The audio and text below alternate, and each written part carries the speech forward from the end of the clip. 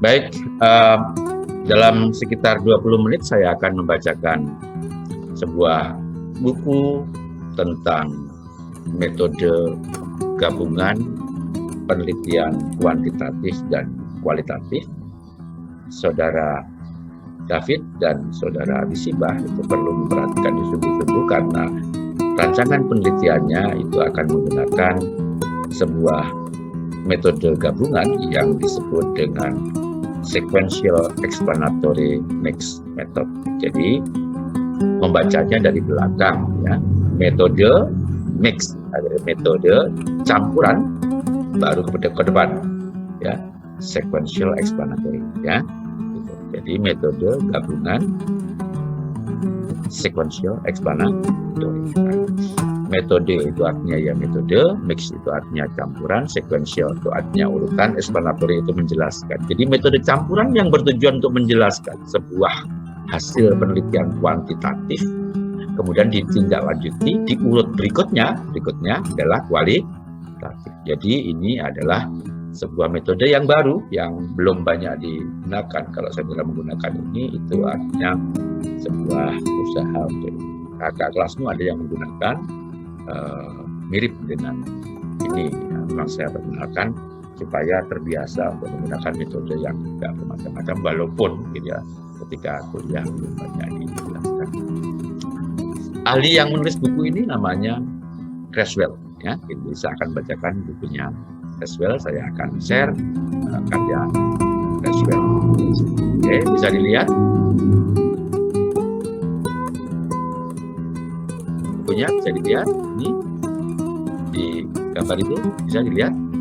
Oke ya, gitu. Jadi ini bukunya, judulnya Research Design, Qualitative, Quantitative, and Mixed Method Approaches, ya itu. Jadi rancangan penelitian kualitatif, kuantitatif, dan pendekatan metode campuran, ya. Buku ini agak tebal. Ini sudah saya beri tanda. Metode yang saya maksud tadi ada pada halaman 274, jadi saya langsung bisa ke sana. Ya, jadi Pak Sabar sudah siap sejak tadi. Kamu belum kesini, saya sudah menyiapkan, ya ini. Nah, jadi saya langsung ke sini. Inilah namanya, saya akan membacakan sekaligus menerjemahkan untuk saudara. Explanatory Sequential Mixed Method Design, atau rancangan metode campuran explanatory sequential. Yang pertama itu descriptions of the design, paparan tentang desain ini. The explanatory sequential mixed method approach is a design in mixed method that appeals to individuals with a strong quantitative backgrounds or from fields relatively new and qualitative approaches. Metode, pendekatan metode campuran sequential explanatory adalah sebuah rancangan di dalam metode campuran that appeals, yang menarik, to individuals, bagi para individu with a strong quantitative background, dengan background atau latar belakang kuantitatif yang kuat, ya, seperti saudara kan belum pernah belajar kuantitatif, jadi masuk ke dalam kelompok ini, yaitu orang yang hanya mengetahui kuantitatif, or from fields relatively new, atau dari lapangan bidang yang secara relatif masih baru, ya, mengenal kualitatif approaches, ya, pendekatan kualitatif. Jadi ini cocok dengan saudara, ya. It involves a two-phase project in which researchers collects quantitative data in the first phase, analyze the results, and then uses the result to plan or build on the second or qualitative phase. Ini meliputi proyek 2 tahap, ya, di mana peneliti mengumpulkan data kuantitatif, ya, pada tahap pertama, analyzes the results, menganalisis hasilnya, and then, ya, makanya ada kata-kata sequence kan ini, and then uses, menggunakan the results, hasil dari kuantitatif tadi itu, to plan, untuk merencanakan, or build on, atau membangun mengembangkan. The second, ya, second berarti yang kedua kan, itu the qualitative phase, ya, atau fase atau tahap kualitatif. Jadi it consists of two phases, quantitative and qualitative. But the first is quantitative. The qualitative results typically inform the types of participants to be purposely selected for the qualitative phase and the types of questions that will be asked of the participant. Perhatikan ini, ya, hasil-hasil kuantitatif, jadi nanti hasil kuantitatifnya typically secara khas informs, memberikan informasi atau memberi petunjuk the types, jenis-jenis dari partisipan. Jadi nanti setelah dianalisis kan ketemu kategori kan, kategori partisipannya masuk tinggi apa rendah misalnya itu, kemudian to be purposefully selected gitu, untuk secara sesuai tujuan diseleksi, dipilih kan itu for qualitative phase, untuk tahapan kualitatif.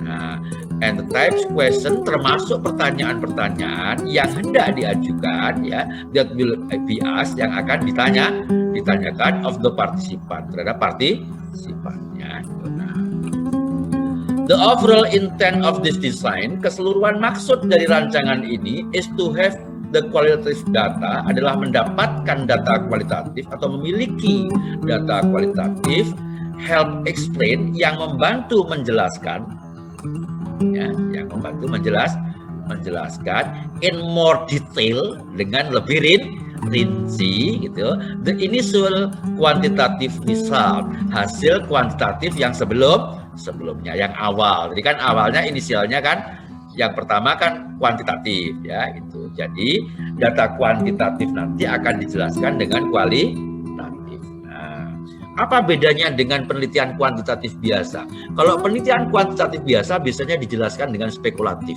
Kalau ini enggak, kita tanya kepada subjeknya.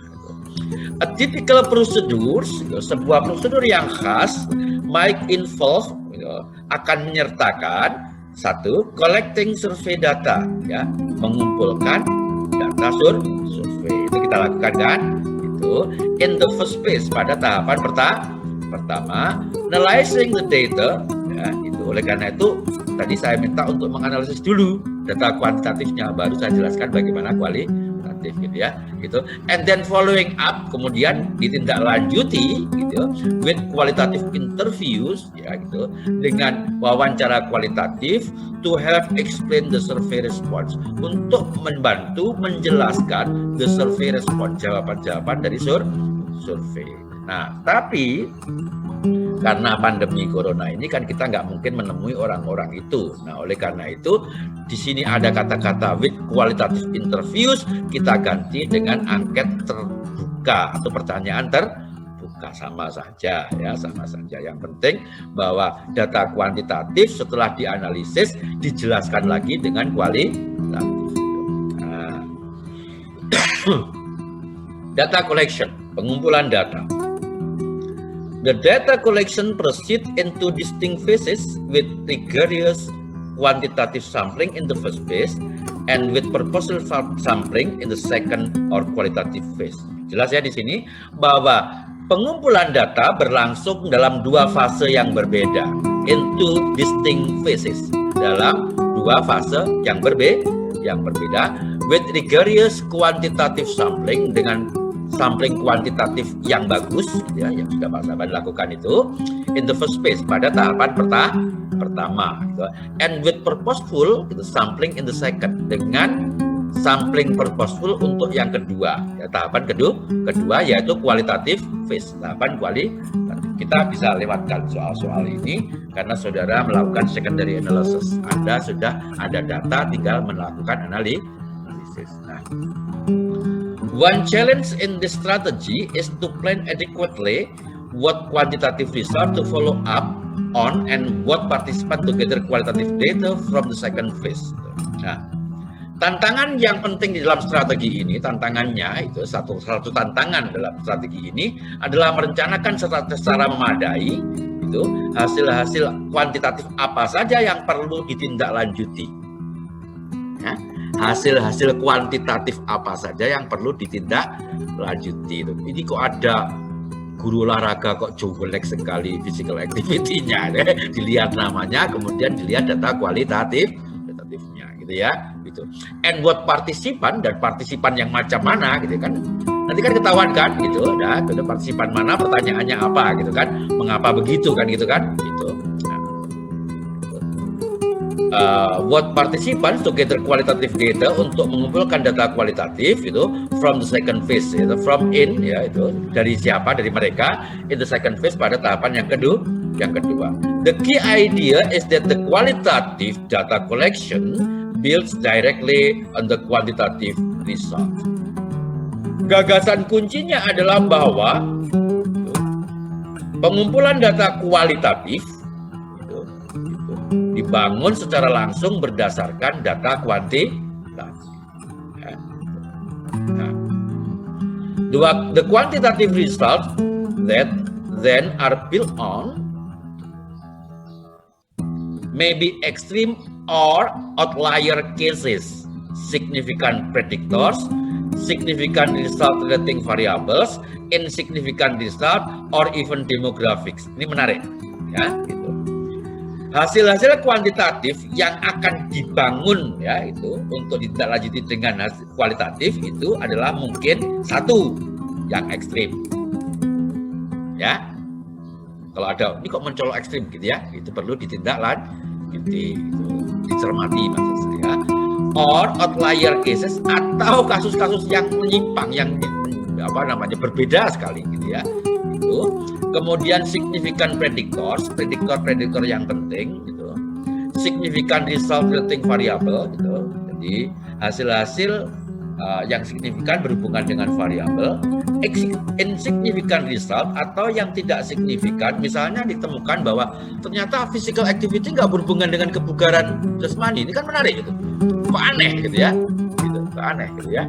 Itu artinya orang aktif dengan orang enggak sama-sama bugarnya, atau sama-sama tidak bugarnya. Itu kan aneh, ya. Itu perlu ditindaklanjuti, ya, secara dijelaskan secara kualitatif. Or even demographics. Even demographics termasuk ini, saudara ini kan sudah memilih variabel demografi.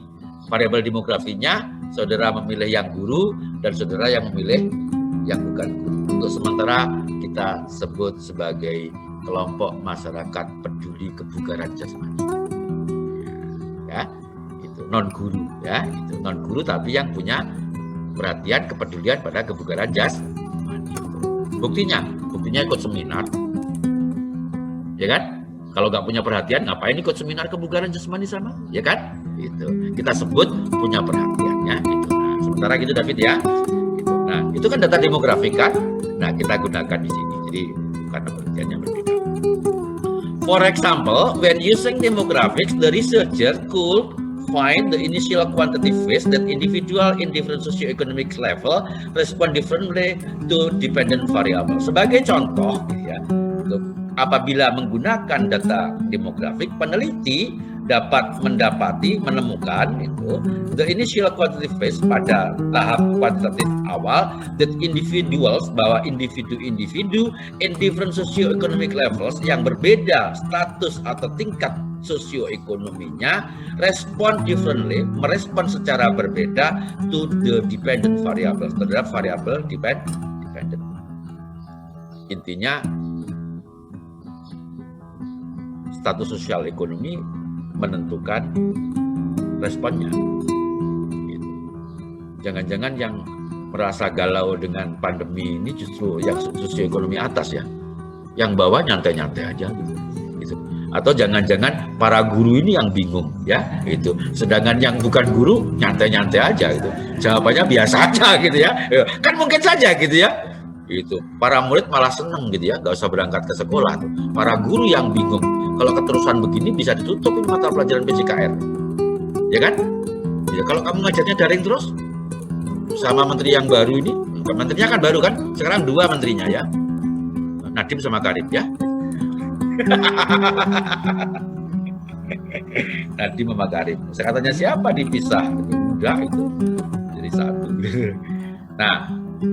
Thus, the follow-up quantitatively make groups respondents. Jadi, nah itu secara kualitatif, tidak lanjutnya mungkin kelompok responden to the quantitative phase into different categories, itu ada di kategori yang berbeda, and conduct qualitative data collection, dan melaksanakan pengumpulan data kualitatif with individuals, dengan individu-individu representing each of the categories, yang mewakili masing-masing kategori. Jadi nanti saudara kan buat kategori kan, mungkin kategorinya tinggi rendah misalnya gitu ya. Kemudian Anda menindaklanjuti yang rendah kira-kira responnya seperti apa ya, respon verbalnya ya, yang tinggi seperti apa. Nah, another challenge, tantangan yang lain is whether qualitative sample, apakah sampel kualitatif should be individuals atau apakah harus individu that are in the initial quantitative sample, yang menjadi sampel pada kuantitatif awal gitu. Nah, ini maksudnya begini,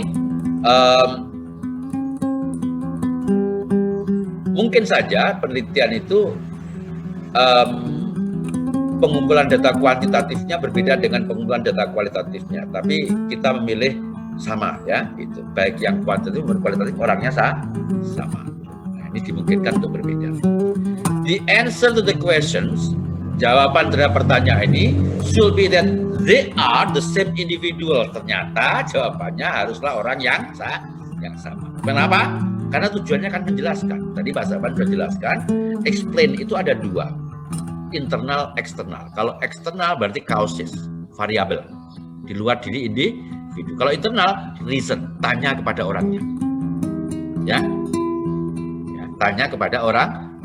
Jadi kalau kita ingin menjelaskan sesuatu tindakan misalnya, itu ada yang mengumpulkan data variabel, ada yang bertanya langsung kepada orangnya. Ya, gitu. Kalau itu action, sebaiknya ditanya kepada orangnya. Seperti kalau misalnya di dalam pengadilan itu yang dicari pasti motif. Nggak ada pengadilan itu kok mencari tingkat ekonomi, ya nggak ada urusannya. Ya pokoknya tanyakan mengapa melakukan itu, tanya orangnya, ya kan? Nah, ini yang disebut reason, atau kalau dalam kejahatan namanya motif. Orang yang nggak punya motif itu kecelakaan, tapi kalau punya motif itu kejahatan. Ya, ada orang tabrakan, ya itu meninggal. Kalau ia nggak sama-sama nggak kenal, itu kecelakaan. Kalau tiba-tiba diketahui bahwa kemarin habis bertengkar, itu kejahatan, punya motif ya, punya motif itu, atau reason ya itu. Nah, tanya kepada orangnya. Kalau yang seperti itu harus dicari pada orangnya. Nah, because the intent of the design, mengapa kok orangnya harus sama? Because the intent of the design, karena maksud dari rancangan ini is to follow up. Kan lucu kalau orangnya berbeda. Menindaklanjuti kok ditanya kepada orang yang lain. Kan tadi potretmu itu kan ada yang cemberut, ada yang ketawa gitu ya. Ya masa kamu tanya ke orang lain? Ya tanya ke orangnya kan. Gitu. Mengapa kamu cemberut? Mengapa kamu mager? Mengapa kamu gigir kan gitu kan? Gitu. Nah, follow up the quantitative results itu adalah menindaklanjuti hasil-hasil kuantitatif and explore, dan mengeksplorasi the result in more depth ya. Hasil-hasil tadi itu in more depth, secara lebih mendalam. The idea of explaining the mechanism itu, gagasan tentang mekanisme penjelasan ini, how the variable interacts, bagaimana variabel-variabel berinteraksi in more depth, secara lebih mendalam, through kualitatif, melalui kualitatif follow up, jadi tidak lanjut kualitatif, is the key strength of this design, merupakan kekuatan kunci dari rancangan ini. Nah, kelebihannya adalah kalau penelitian kuantitatif habis dipotret jebret, kasihkan selesai.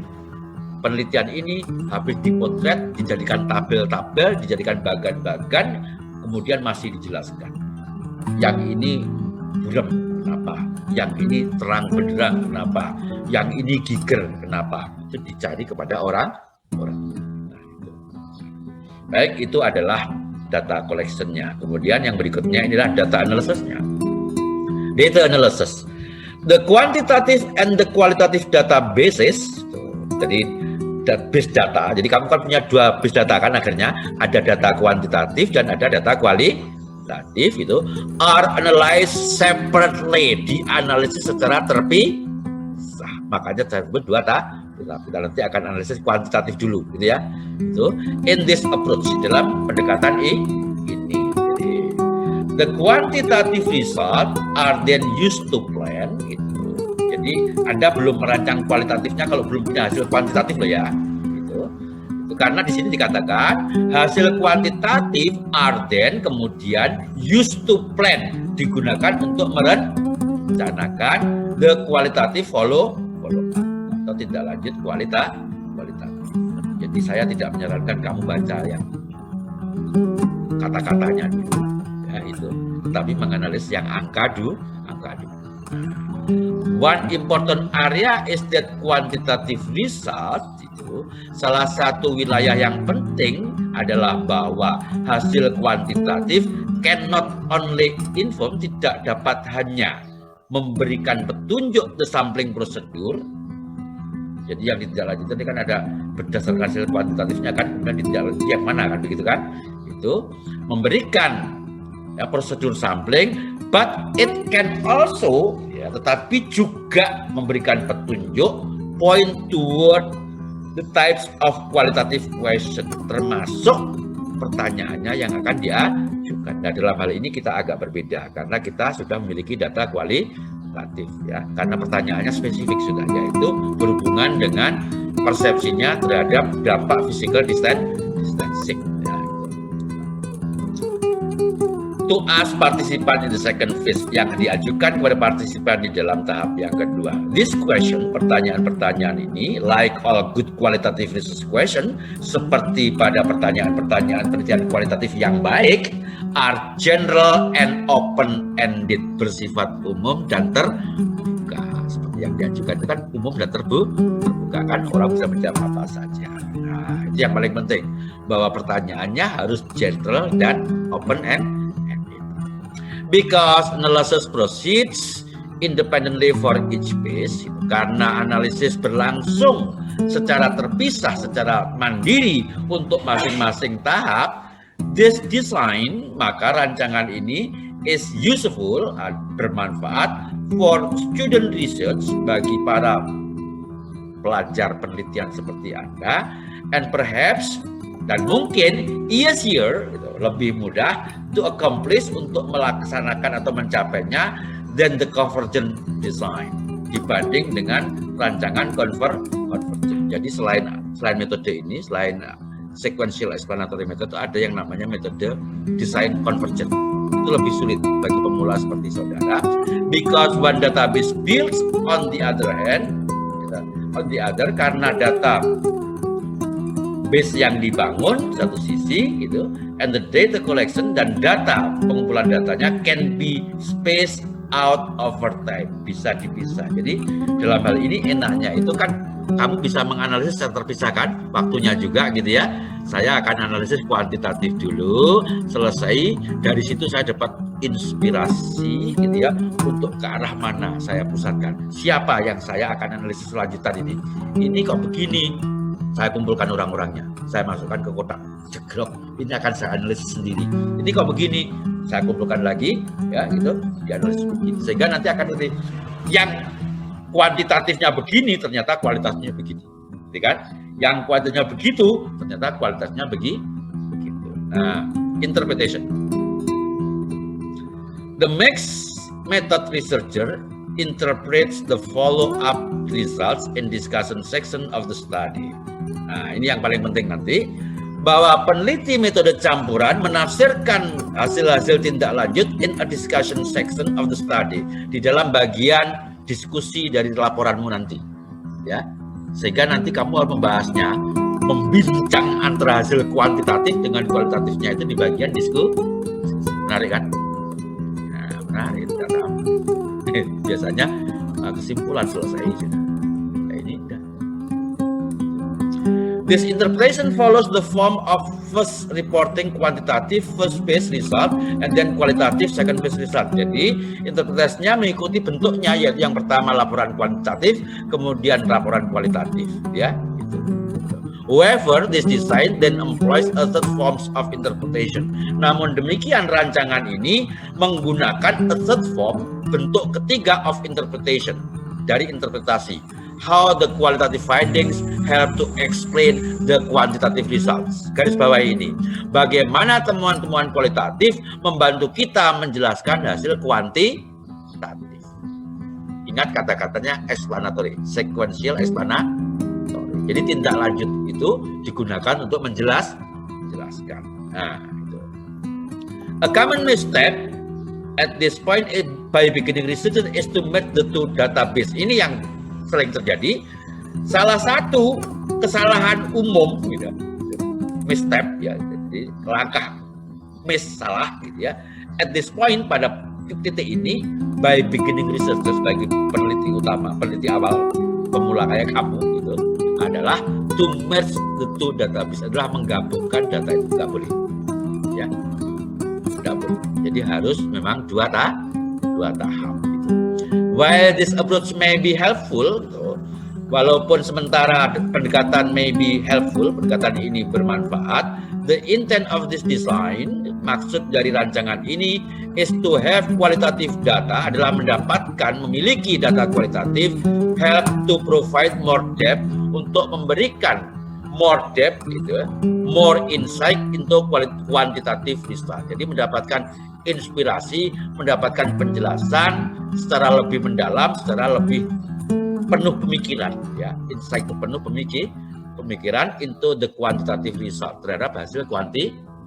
Ingat, kualitatifnya digunakan untuk menindaklanjuti kualitatif. Nah, itu. Nah, accordingly, in the interpretation section itu, sejalan itu, in the interpretation section, pada bagian interpretasi, after the researcher presents the general quantitative and then qualitative result, a discussion should follow that specifies how the qualitative result have to expand and or explain the quantitative result. Perhatikan, ini menarik nih, bahwa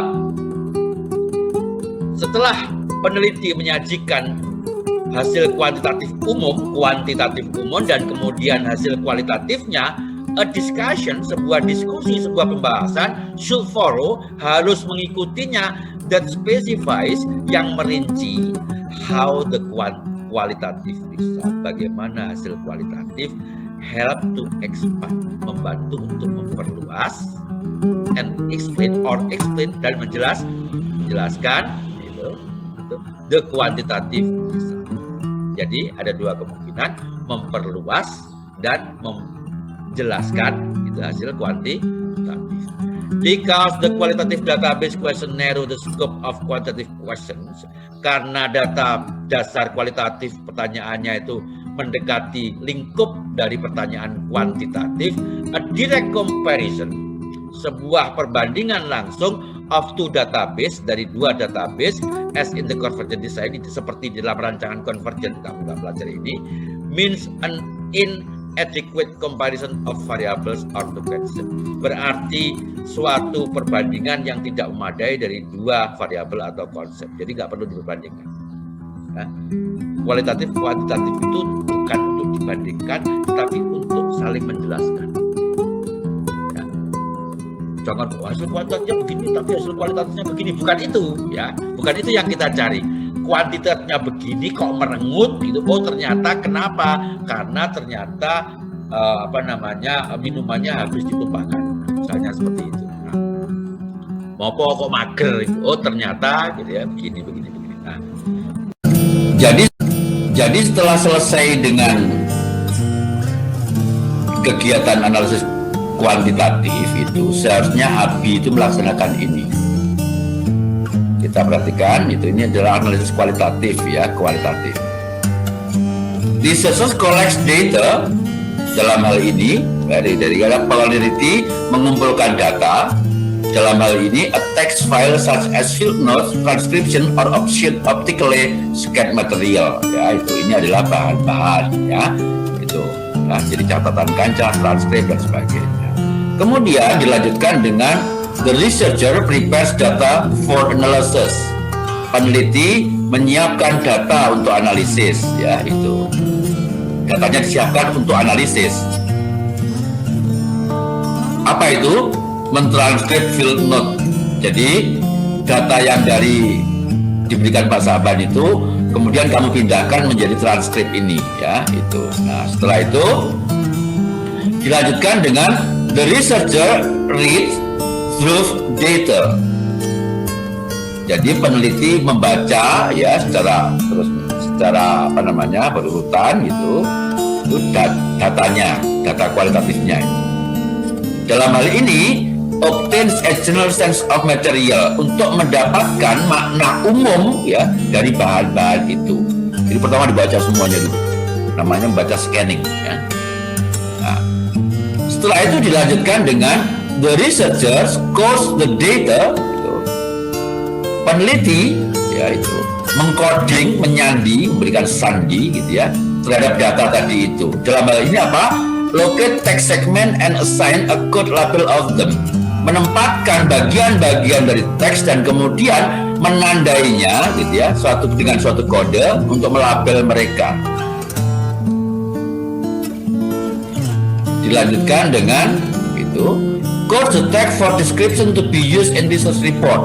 Jadi dilakukan dengan memberikan sandi teks tadi itu untuk membuat deskripsi, gitu, yang digunakan di dalam laporan. Ini yang dikutip itu, ya, nggak semuanya dikutip tapi dipilih yang mewakili. Kemudian code the text for theme to be used in this report. Ini menemukan temanya. Nah, semua ini dilakukan secara berulang-ulang, iteratif, gitu, ya, dan secara simultan.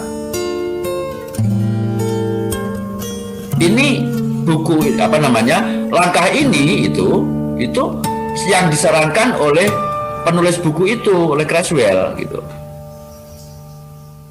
Nah, bagaimana contohnya? Ini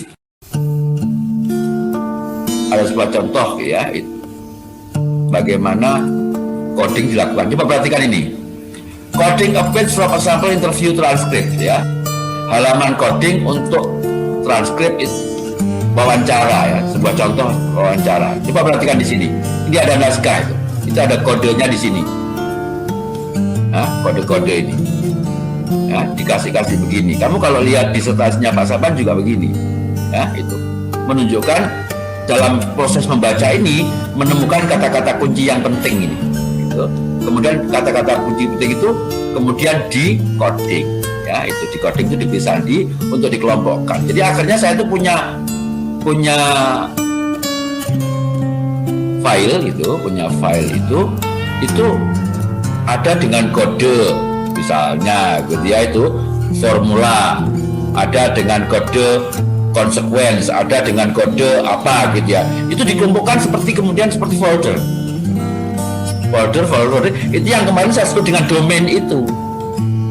Domain analysis itu, domain itu membuat domain itu harus terbagi habis, semua datamu masuk ke sana sesuai dengan prinsip membuat kategori. Jadi ini adalah sebuah penjelasan ringkas saya mengenai sebuah metode campuran yang disebut dengan explanatory sequential mixed method design menurut Creswell. Terima kasih. Assalamualaikum warahmatullahi wabarakatuh.